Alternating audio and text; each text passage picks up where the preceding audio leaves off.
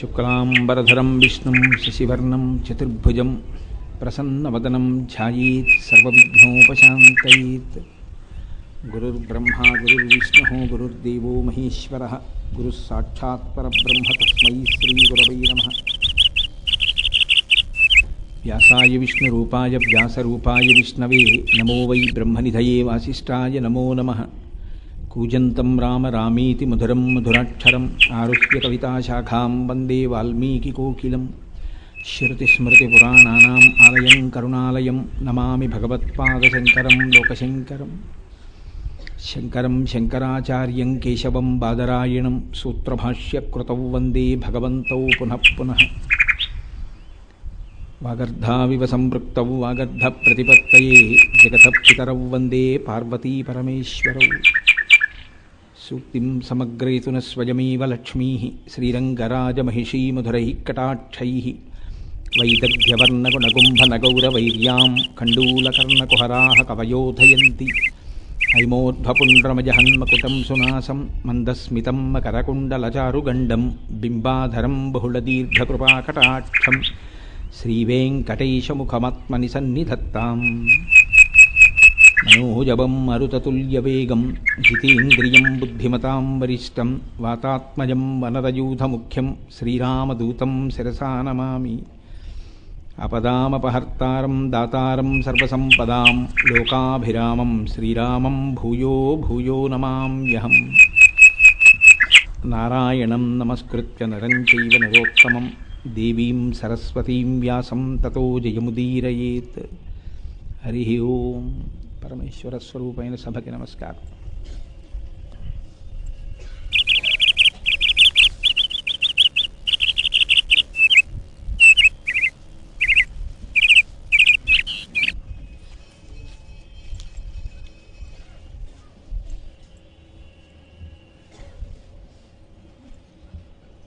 ఈనాడు చాలా సంతోషంగా ఉంది. ఎందుచేత అంటే ఈ పరమ పావనమైనటువంటి దేవాలయంలో ఇదే వేదిక మీద నుంచి ఇత పూర్వం భగవానుడు నా చేత శ్రీమద్ రామాయణాన్ని, భాగవతాన్ని, లలితా సహస్రం మీద కొన్ని నామాలు, శివమహాపురాణం ఇత్యాదులు నా చేత పలికించి నా జన్మకు ఒక సార్థకత చేకూర్చాడు. మళ్ళీ ఈ సంవత్సరం బహుశా నేను ఉపన్యాసాలు చెప్పడం కుదరదు జనవరిలో అనుకున్నాను. ఎందుకంటే మార్చి 11న మా అమ్మాయి పెళ్ళుంది కనుక. కానీ మళ్ళీ అనిపించింది ఏవో వ్యక్తిగతమైన కారణాలు వస్తూ ఉంటాయి. ఆలంచున్ మెడగట్టి అని ధూర్జటి కళహస్తీశ్వర శతకంలో మాట అంటాడు. ఏముంది బాలవ్రాతము నిచ్చిపుచ్చుకొను సంబంధంబు గావించి అంటాడు. మా ఇంట పుట్టిన ఆడపిల్లని ఇంకో కుటుంబానికి ఇవ్వడం, ఇంకో ఇంట్లో పుట్టిన ఆడపిల్లని కోడలుగా తెచ్చుకోవడం, ఇదే కదా జీవితం అంటే అంటాడు.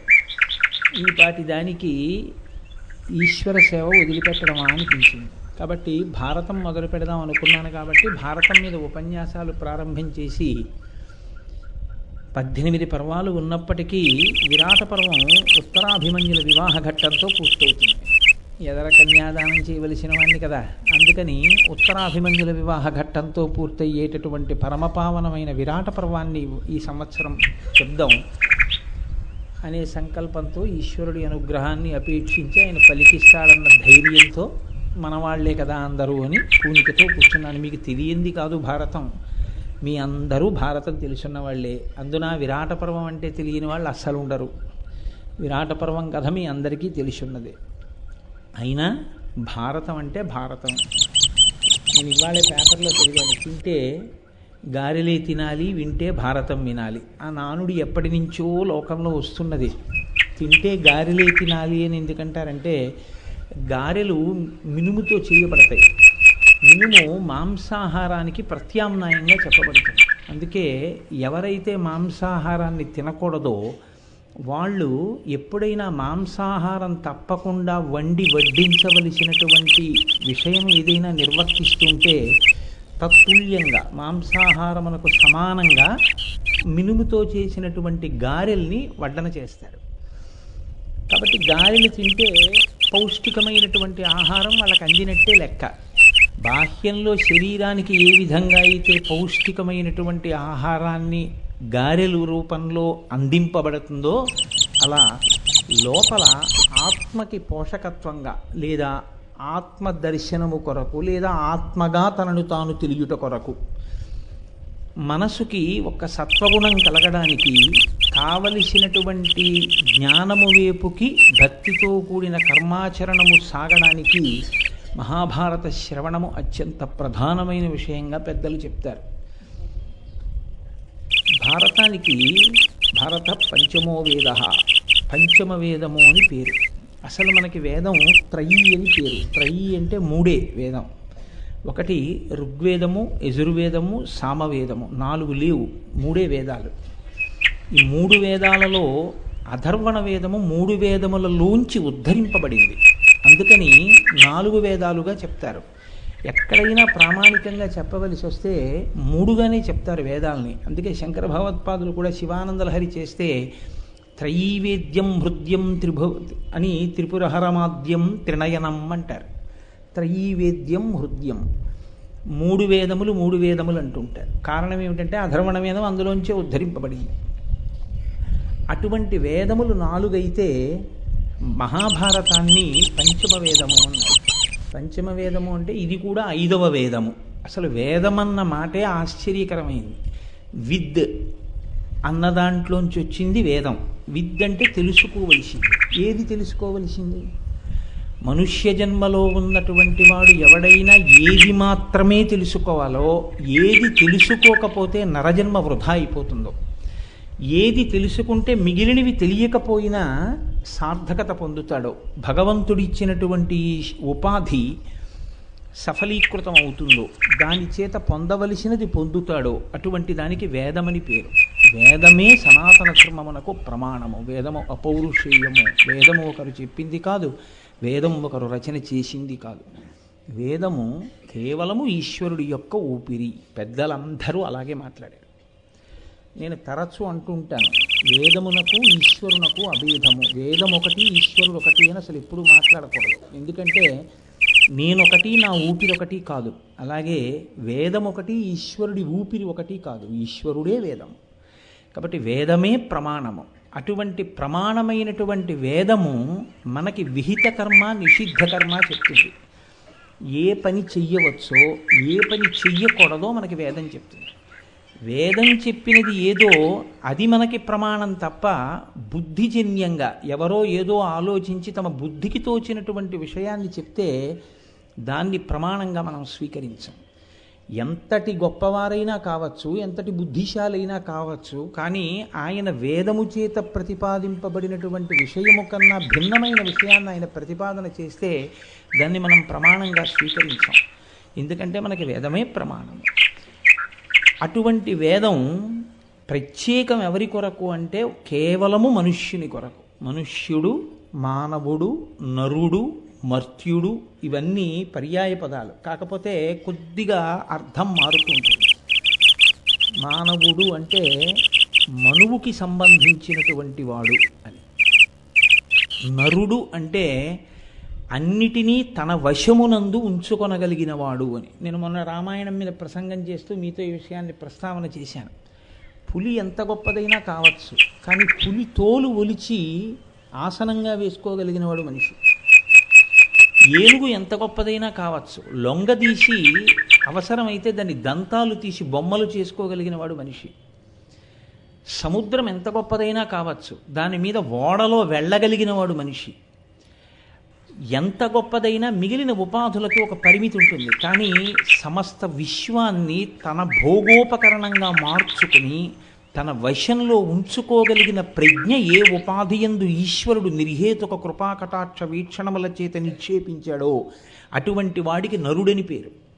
కాబట్టి నరజన్మకంత గొప్పతనం ఎందుకు వచ్చింది అంటే మనం మిగిలిన వాటిని మన వశంలో ఉంచుకోగలిగినటువంటి ప్రజ్ఞ, బుద్ధి మనకున్నాయి కాబట్టి. ఒక్కొక్క ప్రాణి ఒక్కొక్క చోట మాత్రమే ఉండగలదు, అన్ని చోట్ల ఉండలేడు. ఒక ఏనుగు ఉందనుకోండి, ఒక జాతి ఏనుగు ఒక అరణ్యంలోనే ఉంటుంది, వేరొక చోట ఉండమంటే ఉండలేదు. మంచుతో ఘనీభవించినటువంటి సముద్రాలు కొన్ని ఉంటాయి, అటువంటి చోట కొన్ని ప్రాణులు ఉంటాయి తప్ప అన్ని ప్రాణులు ఉండలేవు. విపరీతమైన వేడి ఉన్న ఎడారులు ఉంటాయి, అక్కడ ఒంటె లాంటిది ఉంటుంది తప్ప ఇతర ప్రాణులు ఉండలేవు. కానీ మనిషి మాత్రం ఎటువంటి వాతావరణం ఉన్న ఎక్కడైనా తాను ఉండగలడు, తనకు అనుకూలంగా మార్చుకుని. ఈ సమర్థత ఎవరి యందు ప్రకాశిస్తుందో వాణ్ణి నరుడు అంటారు. ఈ సమర్థత ఎవరిచ్చారు అంటే భగవంతుడే ఇచ్చాడు. భగవంతుడే ఇచ్చాడు కాబట్టి నరుడు నరుడని పిలుస్తారు. ఈ నరుడు మర్త్యుడు. ఇది పట్టుకుంటే భారతం యొక్క గొప్పతనం ఏమిటో మనకు అర్థమవుతుంది. మర్త్యుడు అంటే ఈ ఉపాధి ఉండేది కాదు, వెళ్ళిపోతుంది. ఒక పరీక్షకి మీరు వెళ్ళారనుకోండి, ఎంసెట్ పరీక్ష రాద్దాము అని 2 సంవత్సరాలు తయారయ్యాడు.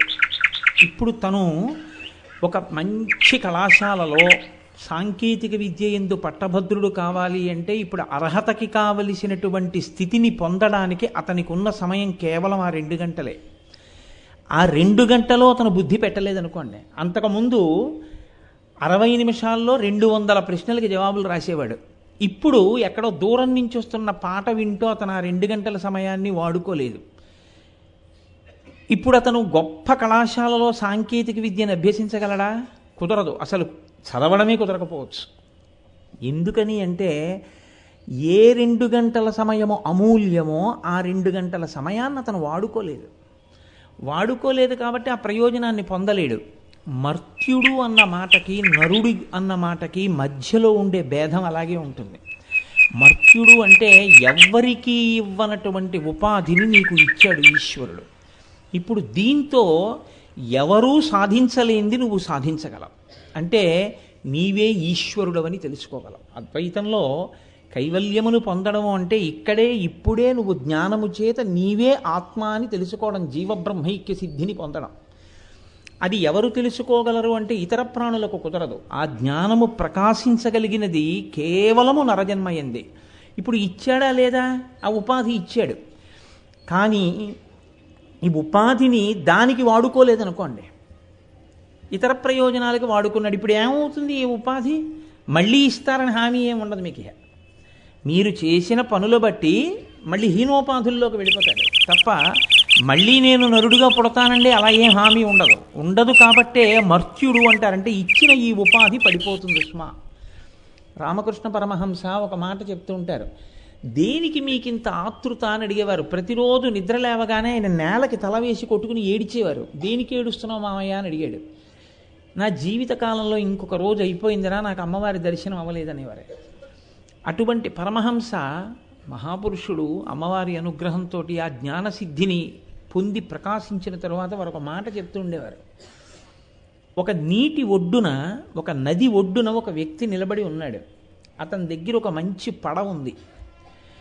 ఎవరో వచ్చి చెప్పారు, 2 గంటల సమయం ఉంది, పైన ఎగువన విపరీతమైన వర్షాలు పడ్డాయి, ఆనకట్ట తలుపులు ఎత్తేశారు, వరద నీరు వచ్చేస్తోంది, 2 గంటలలో మీరు కానీ నదిని దాటి అదిగో అవతల ఒడ్డుకి వెళ్ళిపోకపోతే ఇక మీరు ఈ నదిని దాటలేరు. ఆ తర్వాత ఇక వరద వచ్చేస్తుంది. వరద వచ్చేసిందా, మీరు దాటడానికి ఏది మీకు ఉపకరణమో ఆ పడవ అక్కడ ఉంటుందని నమ్మకం లేదు. వరదలో ఆ పడవ కూడా కొట్టుకెళ్ళిపోతుంది. పడవ కొట్టుకెళ్ళిపోకుండా ఎప్పుడు ఉపయోగపడుతుంది? ఆ వరద రాకముందే. మీరు పడవని నీటి యందు నడపగలరు. ఇప్పుడు మీరు గబగబా పడవెక్కి వెళ్ళిపోండి అన్నారు. ఓ 10 మంది ఏం చేశారంటే గబగబా తమ పడవలెక్కి అన్ని పనులు విడిచిపెట్టేసి ముందు పడవలో ఆవలి ఒడ్డుకు వెళ్ళిపోయారు. ఇంకో కొంతమంది ఏం చేశారంటే చెప్పారు పడవ అన్నది ఉన్న తర్వాత ఎందుకు దాటగలం అని చెప్పి ఏవో ఇతర పనులు చూసుకుందాం అని చెప్పి ఇతర విషయాలు చూశారు. ఈలోగా వరద వచ్చేసింది. వరద వచ్చేసిన తర్వాత పడవ ఉంటుందా అక్కడ? అసలు పడవే లేదు కాబట్టి ఇప్పుడు దాటడం అన్న సమస్య ఉంటుందా? లేదు కాబట్టి ఇప్పుడు ఆ వ్యక్తి ఏమై ఉంటాడు అన్న దాని గురించి నేను మీకు చెప్పక్కర్లేదు.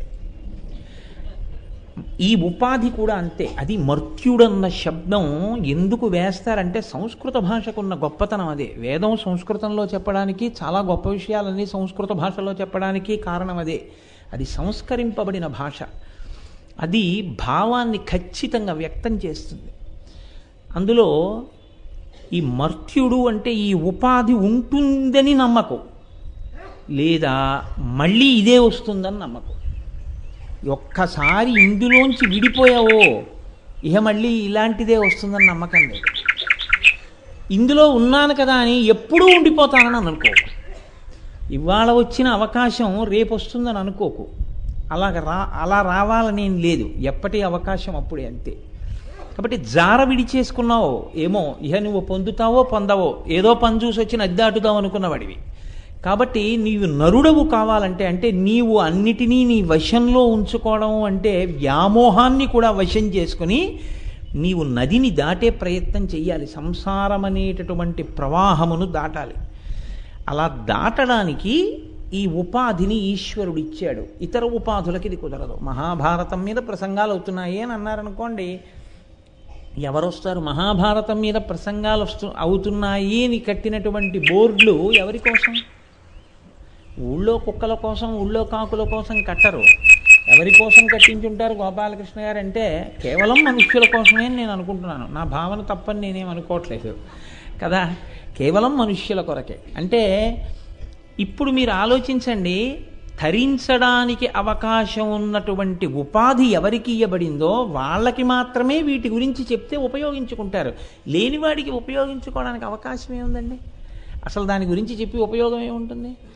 ఇప్పుడు దాన్ని ఉపయోగించుకోలేదు, ఏమవుతావు? మర్త్యుడు అవుతావు. పోతుంది ఈ ఉపాధి, మళ్ళీ ఈ ఉపాధి వస్తుందని నమ్మకం లేదు. అయితే తరించడానికి భారతం ఏం చెప్తుందండి మాకు అంటే, ఎప్పుడైనా జ్ఞాపకం పెట్టుకోండి, శ్రీరామాయణం చెప్పిన, భాగవతం చెప్పిన, భారతం చెప్పిన, వేదం చెప్పిన, సనాతన ధర్మమునందు ఏది చెప్పినా దాని పేరే అది. చివర ధర్మమే చెప్తుంది. ధర్మమే అంటే అదే పడవ. ధ్రియతేవా జనైరితి ధర్మం అంటుంది అమరకోశం. మీరు ఏది పట్టుకుంటే దాటతారో అది మీకు చెప్పాలి. ఏమంటే మీకు 1,00,000 రూపాయలు ఇస్తానండి, మీరేం బెంగెట్టుకోకండి, నది దాటేద్దరుగానంటే ఎలా దాటేస్తారు? 1,00,000 రూపాయలు ఇస్తే దాటేస్తారా? కుదరదు.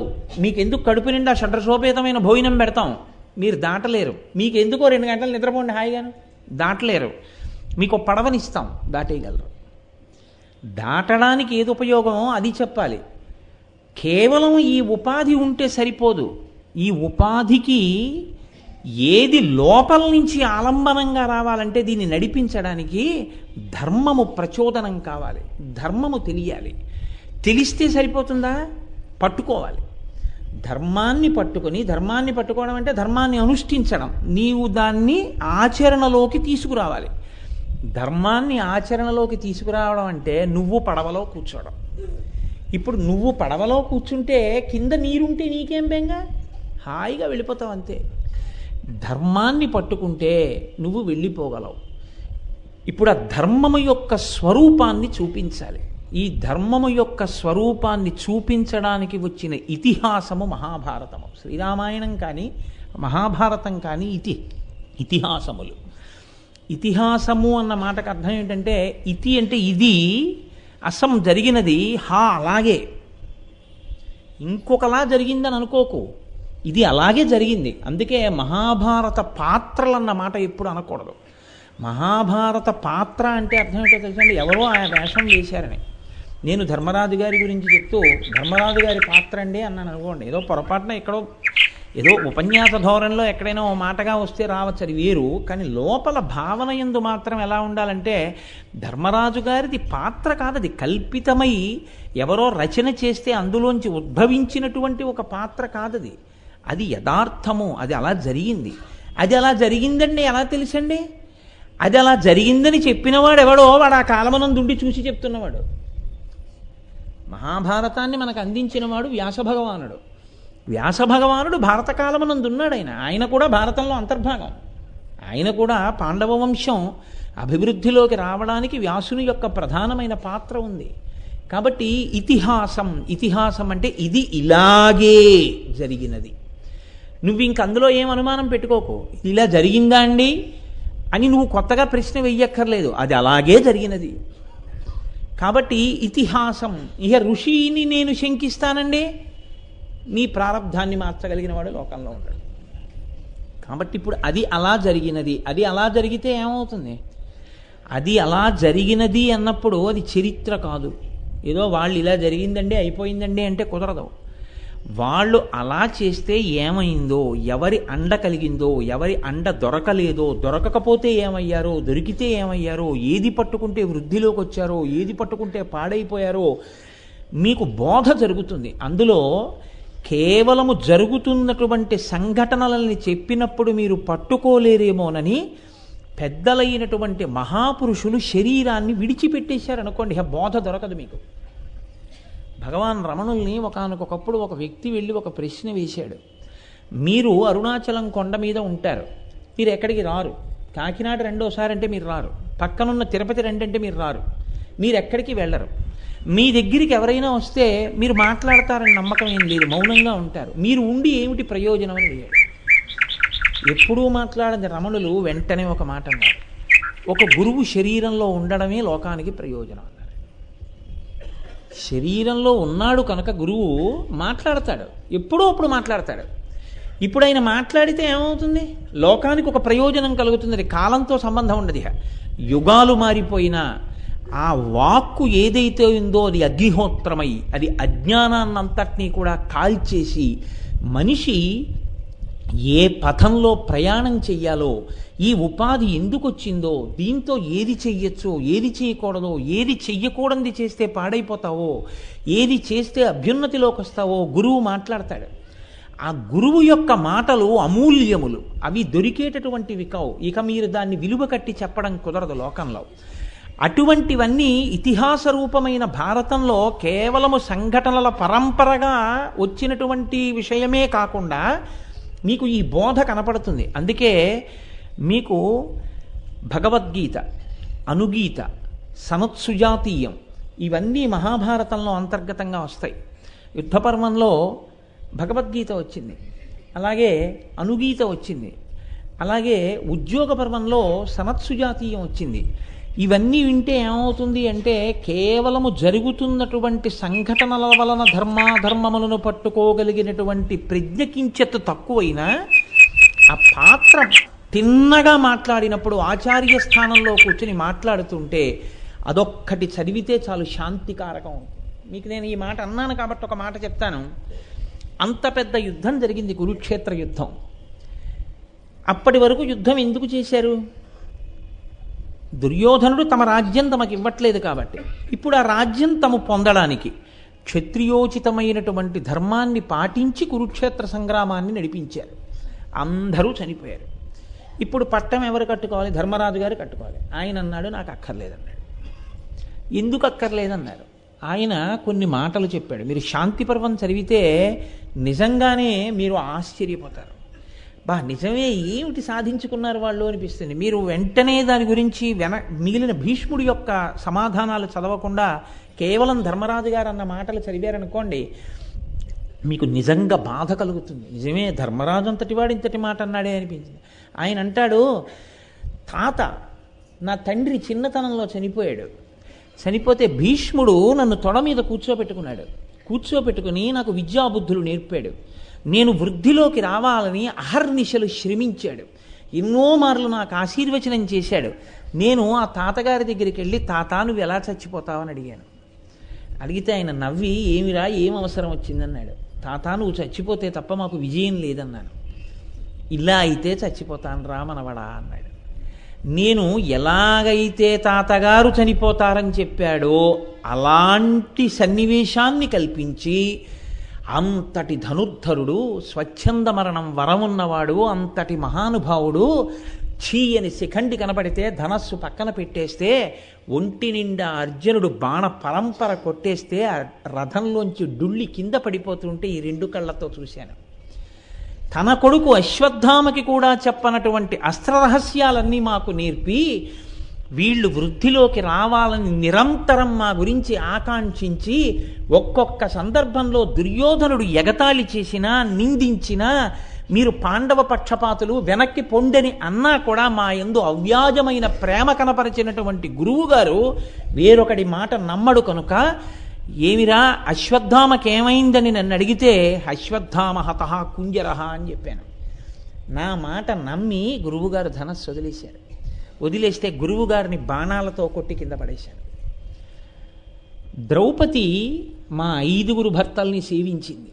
అటువంటి ద్రౌపదికి పుట్టినటువంటి ఉపపాండవులందరూ ఒక్క రాత్రిలో మరణించారు.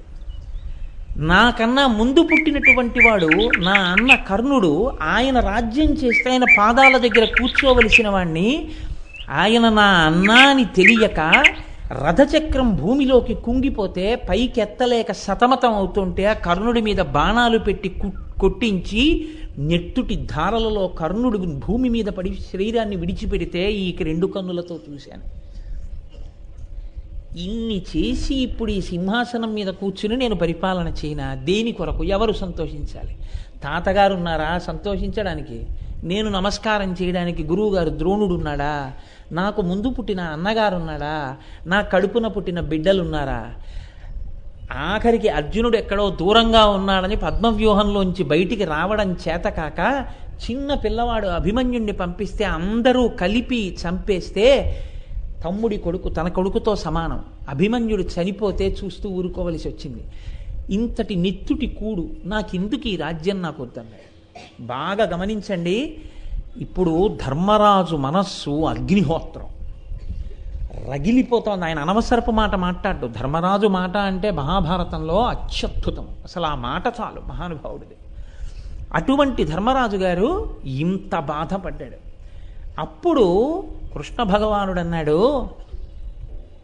రేపటి రోజున ఒక్కసారి భీష్ముడి దగ్గరికి తీసుకెడతాను, ఆయన మాట్లాడతాడయ్యా అన్నాడు. మరునాడు ఉదయం కృష్ణ పరమాత్మ దగ్గరికి ధర్మరాజు వచ్చాడు తీసుకెళ్ళమని. కృష్ణ పరమాత్మ ధ్యానమగ్నుడై ఉన్నారు. లోకమంతా ఆయన గురించి ధ్యానం చేస్తుంటే ఇప్పుడు ఈయన ధ్యానం చేస్తున్నారు. ధర్మరాజు కాసేపు నిశ్శబ్దంగా ఉండి ఆయనతో అన్నాడు.